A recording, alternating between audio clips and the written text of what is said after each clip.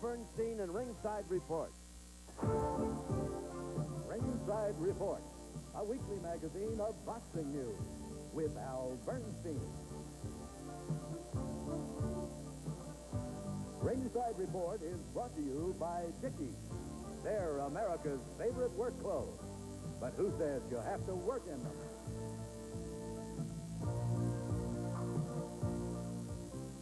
Hi, everybody, and welcome again to Ringside Report. Lots to report on the boxing front this week.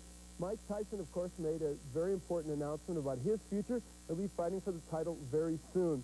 And we'll take a special look at our top-ranked main event tonight, and we'll focus in on Bert Cooper, a young man who went from the sport of bodybuilding to the sport of boxing. And under the tutelage of Joe Frazier, he was able to win the North American Boxing Federation Championship. Bert, quite an interesting young man, and you'll enjoy meeting him a little closer later on in the show. Well, Bert is also the #1 ranked cruiserweight contender in the WBA ranking. So now let's go to those rankings as we go to break, and we'll be back for more Ringside Report.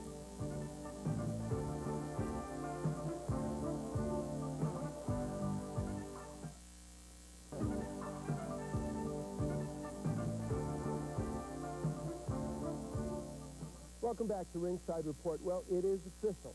For Mike Tyson, the days of fighting the Sammy Scaffs and William Joseas and Lorenzo Boyds of the world are all over. He will have a shot, it appears, at the heavyweight title. The undefeated heavyweight has signed to fight in the HBO title unification series, and he'll face Trevor Berbick, the WBC title holder, probably sometime this fall. And if Tyson should beat Berbick, he would become the youngest man in history ever to win the heavyweight championship. But first, as I reported last week, he has to beat Alfonso Ratliff. Ratliff is the former WBC cruiserweight champion, but whether he has the strength to deal with Tyson is problematical. That fight will be on September 6th. Now, Tyson had to pay a little bit of a price to get into this series. The series is promoted by Don King and Butch Lewis, and they now have options on the next 5 fights that Tyson will fight, 3 in the HBO series and then 2 after that. So he will have to fight for those men in the near future. Well, all that aside, it should add some spark to this tournament, and it should add some interest to the heavyweight division, having Tyson in that unification title series.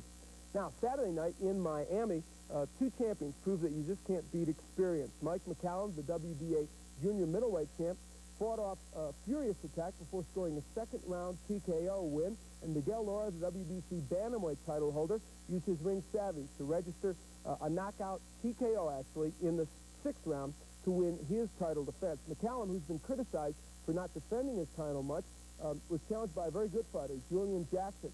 And Jackson came out winging in the first round, Jackson who was, by the way, undefeated. But in the second round, Mccallum took control with his left jab and really dominated the fight. And in the second round, took Jackson out, a surprise to many people. Meanwhile, Lora registered knockdowns against Enrique Sanchez in the first and fourth rounds before finally stopping him in the 6th. Next up, probably for Lora, will be the former WBC bantamweight champ, Albert Davila, September 26th in Miami. That should be a very interesting fight. Barry Michael won a 12-round unanimous decision win to defend his IBF Senior Lightweight Championship.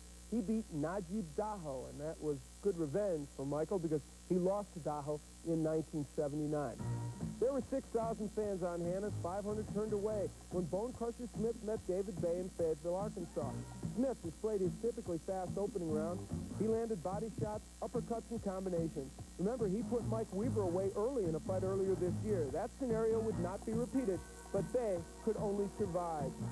Bay tried to sap Smith's strength by leaning on him in the 8th, but all he got for his trouble was another flurry. And here in the 10th, Smith put a punctuation point on this win, knocking Bay to the canvas with a right hand. Bay avoided being stopped, but the outcome was clear. It was Bonecrusher in a wall. It was champion versus ex-champion on Sunday. Buster Drayton put his IBF junior middleweight title on the line against former WBA champ Davey Moore. After a slow start, they began to rumble in the 6th. Moore flurried first, and then Drayton landed his patented left hook. Moore continued to stay very competitive in this fight, but as it went on, he tired. And finally, by the 10th, Drayton had taken control, and Buster unloaded everything on his trapped opponent, and the referee eventually had to step in and stop the fight. Buster Drayton, a veteran who endured some hard knocks on the way up, continues as champion. Big win for Buster Drayton, holding on to his championship, and a very tough loss for Davey Moore, who now may fade out of contention in that junior middleweight division. Well, Madison Square Garden really used to be the mecca of boxing. It fell upon some hard times for a while, but in the last year, quite a resurgence there in the fortunes of boxing. And their card this Thursday highlights our boxing guy. Puts his cruiserweight title on the line tonight when he takes on Tyrone. He won the NABF version of that title, North American Boxing Federation title, over Henry Tillman. And he told us about that fight. It was a Joe Frazier Muhammad Ali fight, I call it, you know, because it was, you know, it was something that I wanted. You know, something I worked hard, you know, to try to achieve. And again, that title meant a lot to me. It was like getting the world's title. So I had to put extra effort in, you know, the fight for me to, you know, to win the fight. I just wanted to punish, make him punish, you know, to suffer, you know, for me getting in the ring and have to beat him and train and, you know, and leave all my friends alone and stuff and the party and stuff like that. He stopped all that just to get that belt, just to get that title. Cooper trains under former heavyweight champ Joe Frazier, but says his straight-ahead style is his own.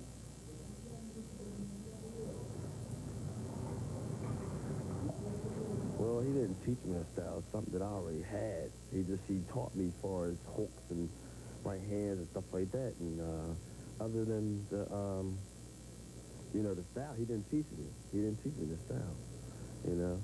But I learned from just being Joe Frazier's protege.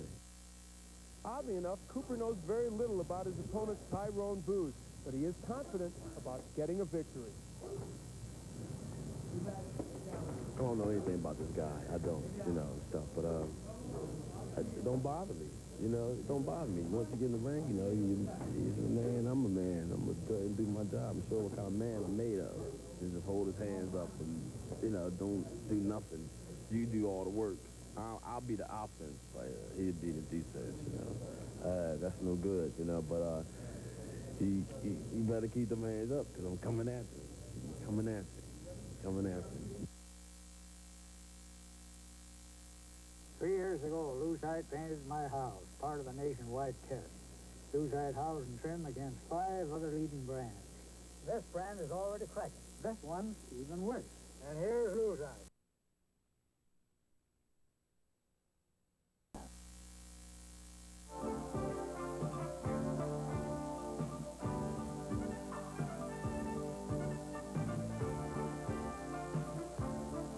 Well, that'll do it for this edition of Ringside Report. We're glad you joined us.